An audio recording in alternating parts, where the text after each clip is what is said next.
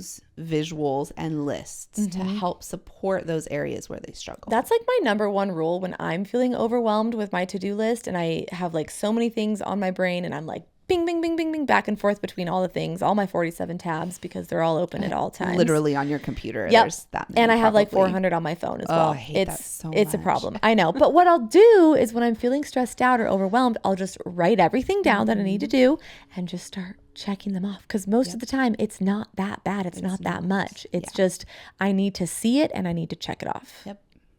Oh, my poor brain.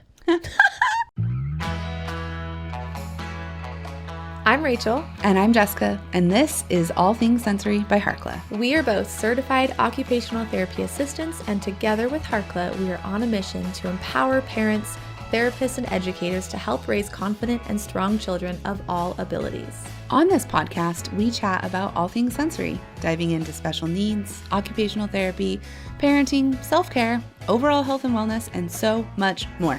We are here to provide raw, honest, and fun strategies, ideas, and information for parents, therapists, and educators, as well as other professionals to implement into daily life.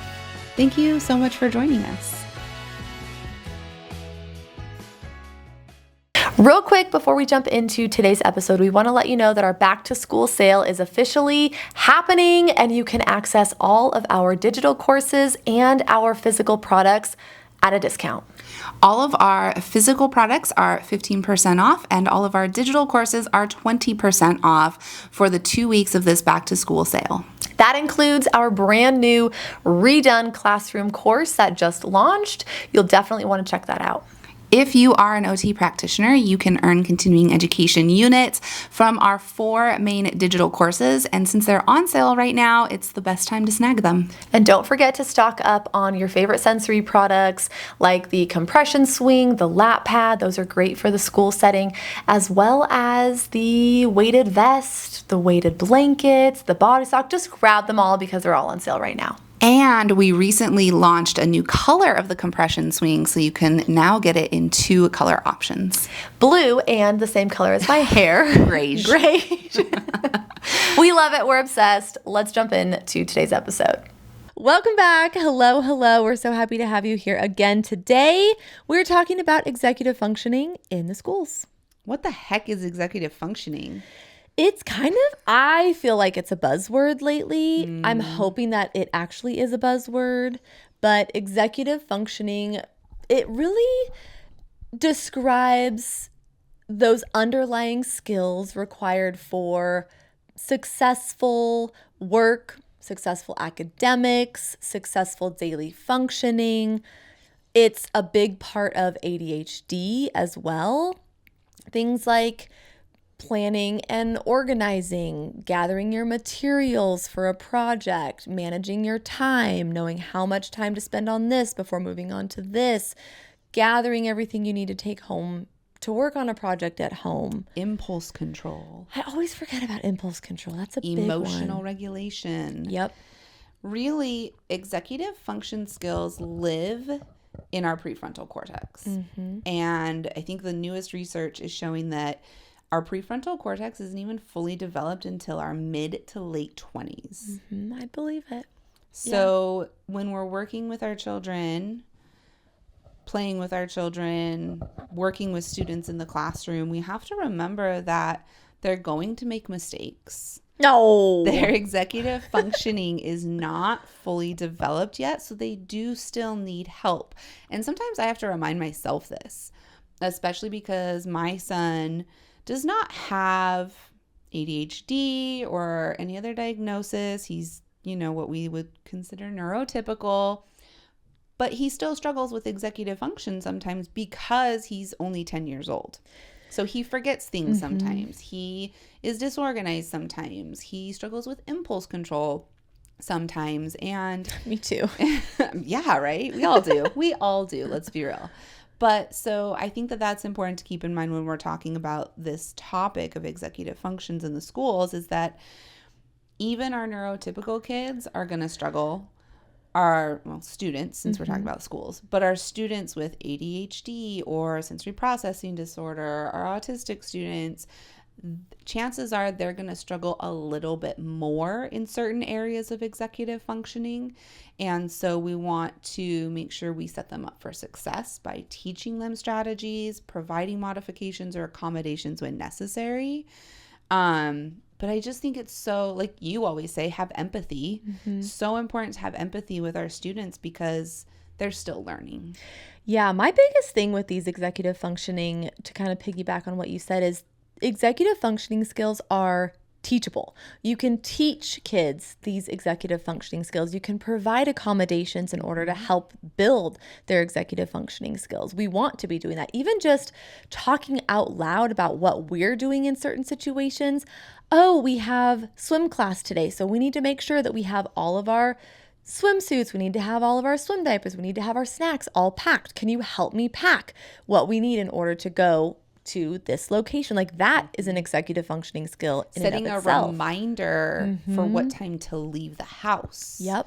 Working backwards and saying we need to be at swim at 4:00, so we need to leave the house at 3:45. So we need to make sure that we are in the car. Like working through those and teaching your kids from a young age that these are the things that I'm working on internally, but verbalizing them externally will help teach children everything that we have to do in order to be successful. So true. To be a working adult, right? You have to have good executive functioning skills, or I always say you have to surround yourself with people who have good executive functioning skills, because if you're like me, it's not my strong suit personally. Well, certain areas, right? That's the Yes. other thing, is that there's a variety of executive functioning skills. And what we typically see, especially in ADHD, is that the person with ADHD has strong strengths in, you know what I mean? I know, yeah. In a couple of the executive function skills.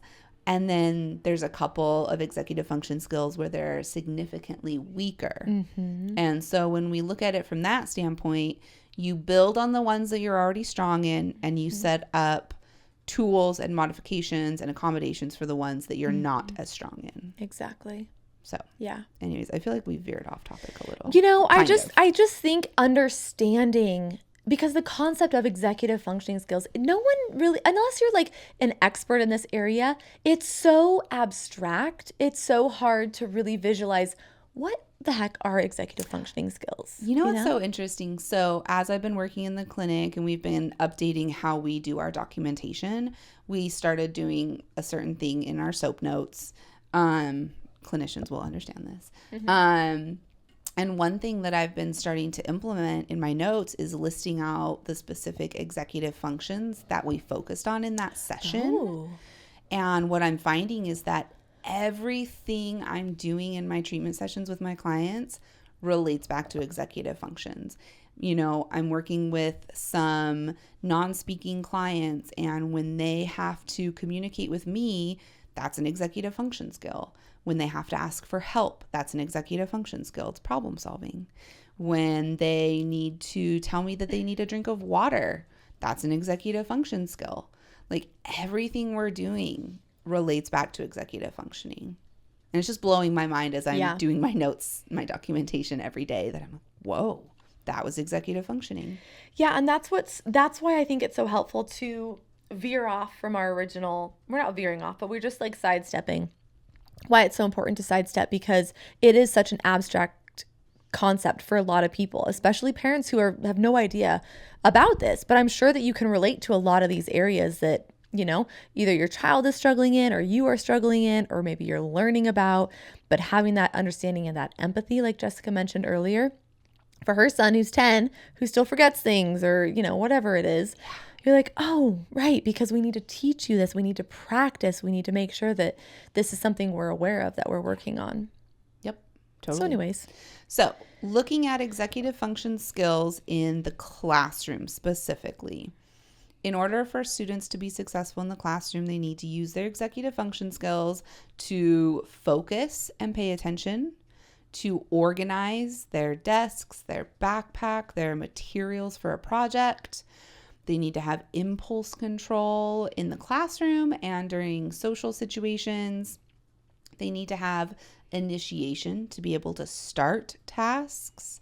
Both preferred and And non-preferred. specifically non-preferred, yes. They need to have sustained attention to focus on the things they need to do. They need to have working memory to remember math facts from last week for this week's test.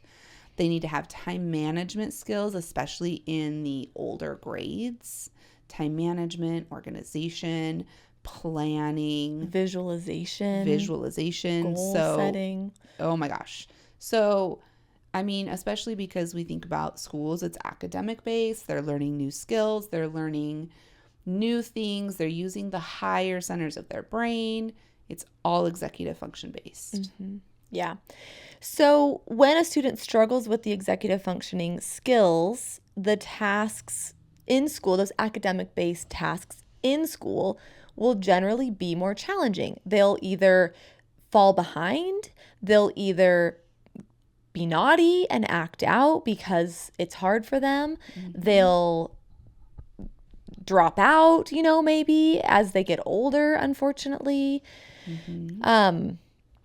They'll frequently avoid challenging tasks that require too much, brain function. But that's so interesting too, because I don't think that they always avoid challenging tasks. I think sometimes these kids, these students, are going to avoid a task that they can do, but maybe they can't initiate it. True, yeah. Maybe they can't organize their thoughts to be able, or their materials to be able to do it. Like, they have the intelligence to do it, but they can't do the surrounding pieces of it. Yeah. So I think that's important to remember too, is Absolutely. that maybe sometimes these students seem like they don't know how to do these tasks. They do. They just can't get started. Yeah. Yeah, I love that. Like we mentioned, they might act out. They might be the class clown or the naughty kid, the bad kid in school. They might act aloof or uninterested in school or doing the specific activities because, like Jessica mentioned, they're struggling with initiation. They might appear like they're sensory seeking. They're all over the place. They're bouncing. They can't sit still. That, like, quote unquote ADHD inability to sit still, right? Where ADHD is an executive functioning disorder, right? So the two are interconnected. So I think that's really important to be able to weed out executive dysfunction from a host of other things as well. And it's all connected, right? We always say that. So being able to identify those executive functioning challenges, like, oh, Johnny is really struggling with his book report. I know he read the book. I know he liked the book. I know he's really smart, but he never turns in his book reports. And maybe, like Jessica mentioned, he can't plan and organize the materials. He doesn't know what he needs to get started. He can't get started. He can't manage his time. Yep. Yeah. But he's been talking about the book because he loved it so much. He could probably give you like a verbal book report, but he doesn't have the executive function skills to sit down and write or type it all out and then turn it in. Yeah. On time. It's a lot. It's so much. Once you like really start diving into executive functioning, there's so much there. Yeah. So much. Yeah. We're going to give you 5 tips that you can incorporate into the classroom specifically, whether you're a teacher, a therapist, homeschooling parent who sends your child to school, and you want to give these tips and talk to the teacher to implement them. 5 tips that can help students who are struggling with executive functioning. Yes. Number 1. Use visuals, use lists, use pictures, anything for the child to see what's expected of them, what's on their to-do list, what they need, what their desk should look like, what their backpack should look like, what their space should look like. Anything visual, anything picture related, any lists, check it off. You've completed that. You know which item on your list is the highest priority. Check it off, circle it, star it. You will help these kiddos feel so much more successful if they can see what they need to do, they can check it off, and they can move on. And it teaches them to use visuals and lists to help support those areas where they struggle. That's like my number 1 rule when I'm feeling overwhelmed with my to-do list and I have like so many things on my brain and I'm like bing, bing, bing, bing, bing, back and forth between all the things, all my 47 tabs, because they're all open at all times. Literally on your computer. Yep. There's that many, and I have like probably. 400 on my phone as well. I hate that so It's a much. problem. I know. But what I'll do is when I'm feeling stressed out or overwhelmed, I'll just write everything down that I need to do and just start checking them off. Because most of the time it's not that bad. It's not that much. It's just I need to see it and I need to check it off. Yep. Oh, my poor brain. There it is. All right. Tip number 2, use play to engage the students in activities that are motivating and fun. Sometimes this can seem overwhelming or impossible in the classroom setting, but it's really not. Incorporate playful activities that are motivating into transitions, into lessons. Takes a little bit of creativity and setup, but it's going to help all of your students, especially the students who are struggling with executive functioning. Yeah, and they'll remember the lesson so much more as well. Yes. If there is that connection to play. Yep. The next one, use social emotional programs as well as mindfulness. Mindfulness is huge with executive functioning skills to practice and improve the child's self-awareness as well as their connections with their peers, with teachers, with others, students around them, which are also their peers, whatever. You know what I mean? Just if anyone caught on to that, I had to make fun of myself. So basically, a social emotional program could be something like the Zones of Regulation, the Just Right curriculum, the Alert program, connecting self, emotions, emotional intelligence to those self-regulation strategies. So that way they know what is going to organize their nervous system, what's going to help them focus better, what do they need in order to get through their day more successfully and more organized and more modulated. Yep. Number 4 is to use novel, non-routine activities to promote learning. So instead of sitting at the desk learning new spelling words, have your students get up and do a movement activity with the spelling words. I remember in high school we were learning the root words. Do you remember that? The root words. The root words, like con means together. Oh, like the, I don't know, is it Latin? Yes, I don't know. Latin. Very boring stuff. I loved that because we would get up, we would play like Family Feud style. So they'd like say the word, then you have to grab the ball and you'd get to say, and Miss Competitive over here. It made me so much more interested and engaged, and I wanted to learn them, and I realized I could understand what any word meant if I knew what those root words. Maybe root words isn't the right. Sure, but it was a boring English concept. Exactly. Sorry, Mom. Turned fun. My mom's an English teacher. Sorry.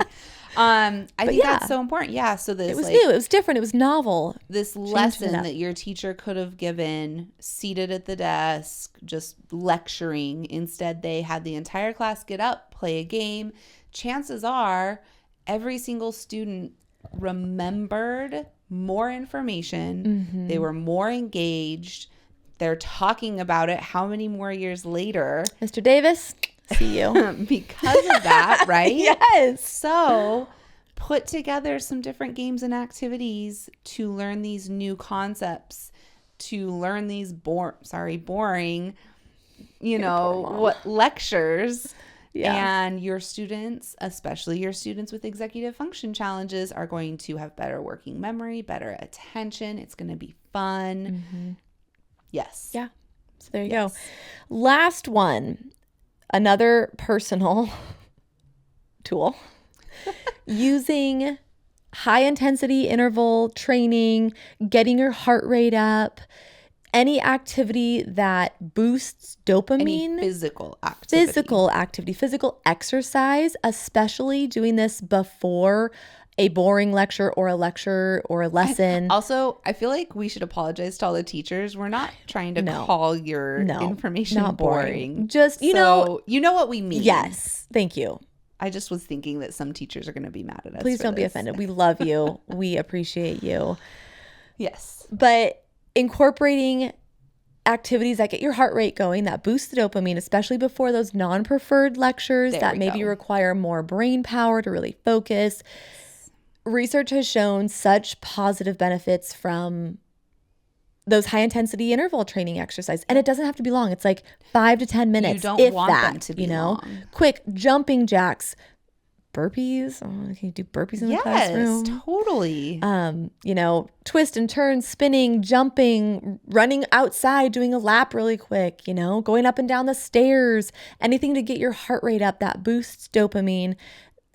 It's been so helpful for me as well. So yeah, I think that's it's a great one. Yep. So if you're a teacher, if you're a therapist, homeschooling parent, implement some of these strategies, see what works, see how creative you can get, help teach your students about their brain and their body so that they can implement these strategies to feel successful and build their confidence. Mm-hmm.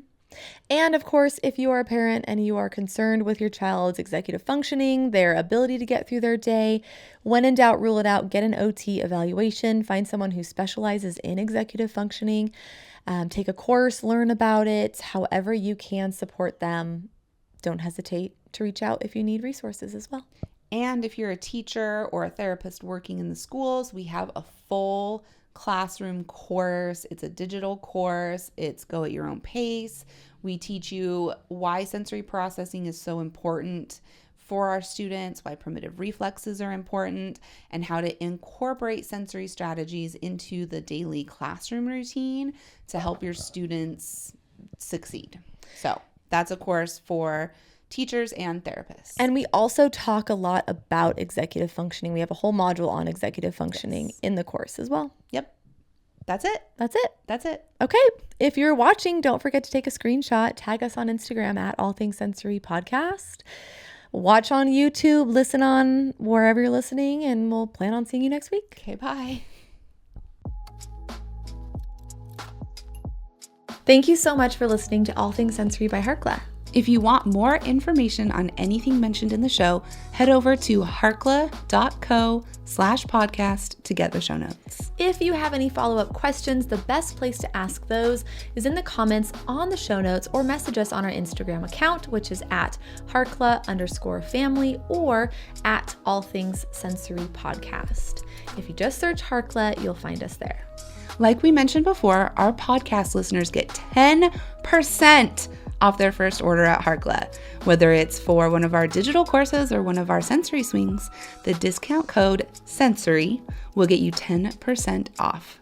That's SENSORY. Head to harkla.co/sensory to use that discount code right now. We are so excited to work together to help create confident kids all over the world. While we make every effort to share correct information, we're still learning.